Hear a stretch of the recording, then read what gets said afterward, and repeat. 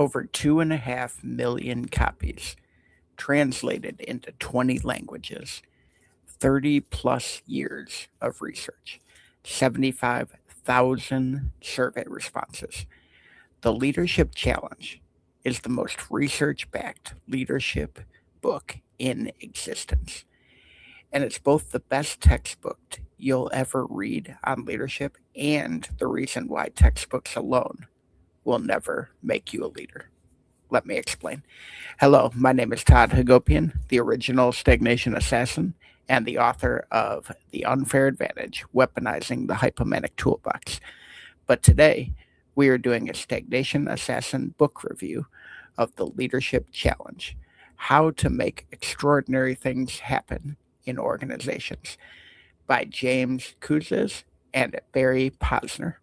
So get ready for a hard hitting, bold, relentless review of this leadership colossus, and we'll decide whether it still deserves its throne. Now, Kouzes and Posner are the godfathers of evidence based leadership development. Starting in 1983, they asked thousands of people one question: what do you, as a leader, when you're performing at your personal best? What do you do as a leader when you're performing at your personal best? From those responses, they built the 5 practices of exemplary leadership: model the way, inspire a shared vision, challenge the process, enable others to act, and encourage the heart. Along with the leadership practices inventory, which is arguably the most widely used 360-degree leadership assessment on the planet. The meat, let's talk about what this book gets right. Let's give credit where it's earned in compound interest. The two authors built something most leadership authors cannot touch: a framework backed by decades of data that actually hold up across cultures, across industries, and across organizational levels. That's amazing. The 5 practices are powerfully precise because they're universal. They don't depend on personality or type or industry context or organizational size. Model the way, walk the talk, inspire a shared vision, paint a picture that people want to paint themselves into, challenge the process, seek innovation, and learn from failure, enable others to act, build trust and collaboration, encourage the heart, celebrate wins, and recognize people. 5 practices, 10 commitments, 3 decades of proof. If you can't find yourself somewhere in this framework, you're not leading. You're just occupying a title. The research foundation is genuinely fortress grade. This isn't 2 professors sharing opinions. This is thousands of case studies and millions of survey responses distilled into observable, learnable behaviors. That emphasis that leadership is learned, not born, and both democratizing and operationally accurate. I've watched average managers become extraordinary leaders when they were given the right framework and the right feedback loop. And these authors built that feedback loop with the LPI.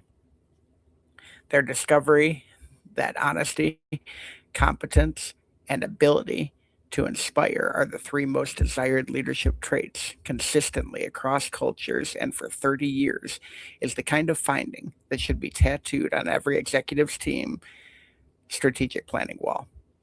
Your people don't want a genius. They want someone who's honest, capable, and lights a fire in the room. Get those 3 things right, and and you'll lead longer than most companies last. The challenge, the process practice, resonates deeply with the stagnation killing mission. The authors argue that leaders must experiment, take risks, and learn from failures. They must be willing to break what's working to build what's next. That's not just leadership theory, that's the operational philosophy behind every transformation that I've led. But let's look at the murder board. What does this book get wrong?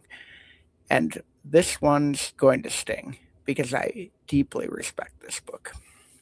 First, it reads like a textbook, an excellent textbook, perhaps the best leadership textbook ever written, but a textbook nonetheless. The prose is polished to a professional sheen that scrubs away the blood, sweat, and politics that actual leadership demands. The real world messiness of leading through crisis and conflict and corporate warfare gets smoothed into tidy case studies and inspiring anecdotes. Leadership in the book is a cathedral. Leadership in the real world is a construction site. And you'll learn more from the mud than you will ever learn from the stained glass.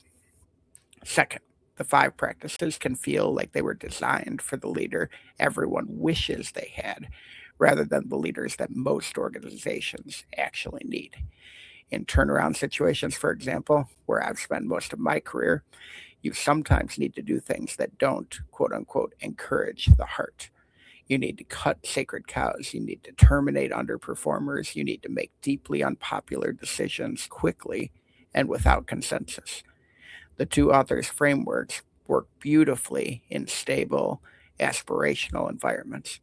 It's less equipped for the crisis context where leadership is most tested. Third, the leadership practices inventory is excellent, but also expensive to implement properly.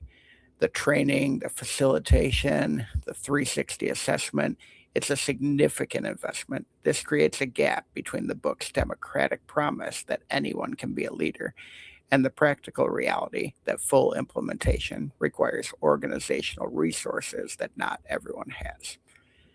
Fourth, after 30 years and multiple editions, the core content has not dramatically evolved. The framework is stable, which is either a testament to its durability or a sign that it's reached a comfortable plateau. Given how much the workplace has changed, though, remote work, AI, generational shifts, and global volatility, a more aggressive update would probably serve the legacy of these authors well. So, the stagnation verdict. This book still gets 4 kills out of 5. The leadership challenge earns 4 kills because it is the gold standard of research backed leadership development. The five practices framework is legitimate, learnable, and lasting. The research depth is unmatched. The global applicability is proven. If you want to understand the behaviors that make leaders effective, there is no better source. It loses the 5th kill because it's a textbook in a world that needs a battle manual. It's aspirational when sometimes you need operational, and its smooth surfaces don't reflect the jagged reality of leading through transformation. But it's a masterwork nonetheless, and it deserves its place on every leader's shelf, right next to the book that teaches you what to do when the framework meets the firestorm. That's the Stagnation Assassin Verdict on the Leadership Challenge.